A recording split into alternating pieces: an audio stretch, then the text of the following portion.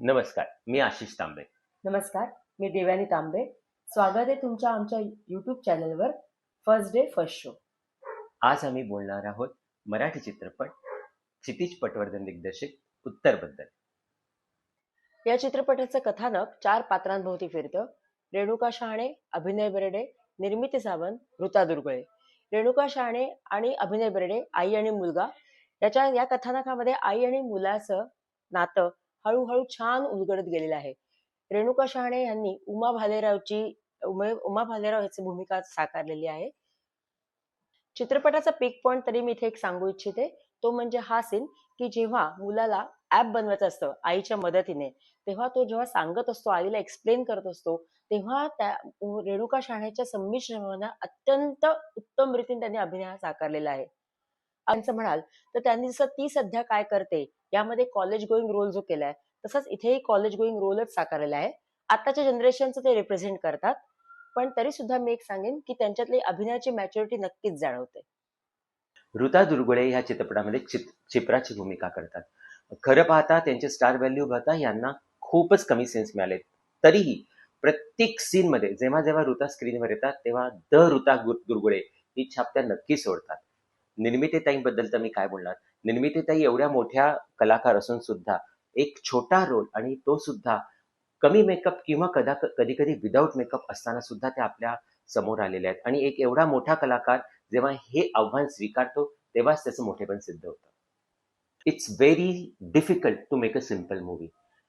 ही movie इतकी छान, सरळ आणि सहजपणाने जाते, आणि ह्याचं संपूर्ण क्रेडिट हे क्षितिज पटवर्धनला जातं. कथा, पटकथा, संवाद, गीत आणि दिग्दर्शन ही सगळी बाजू क्षितिज एकटे सांभाळतात.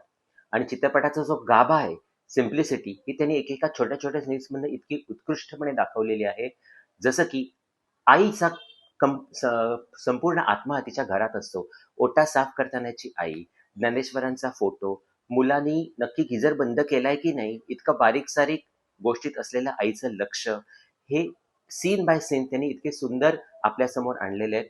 कारण जेव्हा कथा सिंपल असते तेव्हा येणारी कथेची प्रत्येक फ्रेम ही तितकीच महत्वाची असते. अगदी ओट्यावर उलटा ठेवलेला कप सुद्धा हायलाइट केला जातो, आणि ह्याच्यातूनच दिग्दर्शकाचं कौशल्य आपल्याला दिसून येतं. चित्रपटातील संवाद हे तितकेच नमूद करण्यासारखे आहेत. कारण संवादाने चित्रपट पुढे जात असतो. अरे, कशाला हवंय ते तुम्हाला हेडफोन्सचं कुंपण.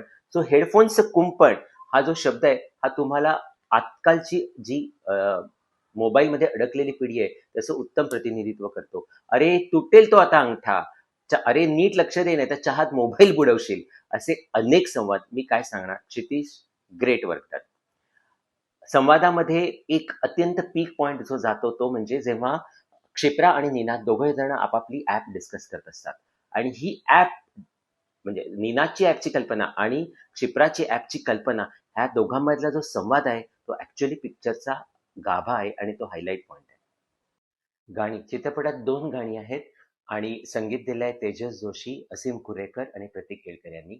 आणि आई हे गाणं राधिका भिडेने गायलंय, तर असे मी नसेन मी रोहिणी गुप्ताने गायलंय. ह्या 5 हिऱ्यांनी ही चित्रपटातली कम्प्लिटली गाण्याची जी बाजू आहे ती अतिशय उत्तम पद्धतीने सांभाळली गेलेली आहे. पर्टिक्युलरली असेन मी नसेन मी हे गाणं जेव्हा पिक्चराइज होतं तेव्हा तुमच्या डोळ्यात पाणी नाही आलं तरच नवल आहे. चित्रपटातल्या त्या गाण्यातली काही 2 गोष्टी मी सांगतो. एक म्हणजे मुलगा कितीही आईपासून तुटला असला तरी आईच्या बेडवरती त्याचा पाय ठेवला जातो एक. त्याच पद्धतीने आईच्या बेडवरचा जो जेव्हा करंगळीने एक हँडल पकडतो, त्याच्यातून त्याच्या सबकॉन्शियस माइंडमध्ये तो आईशी किती कनेक्टेड आहे हे आपल्याला दिसून येतं. चित्रपटाची डावी बाजू सांगायची झाली तर चित्रपट थोडा ॲब्रप्टली थांबतो. त्याचा शेवट थोडा वेगळ्या पद्धतीने दर्शवता आला असता तर तो जास्त मनाला भिडला असता. तुम्हाला आमचा व्हिडिओ आवडला असेल तर कमेंटमध्ये आम्हाला नक्की कळवा तुमच्या काय कमेंट्स आहेत ते.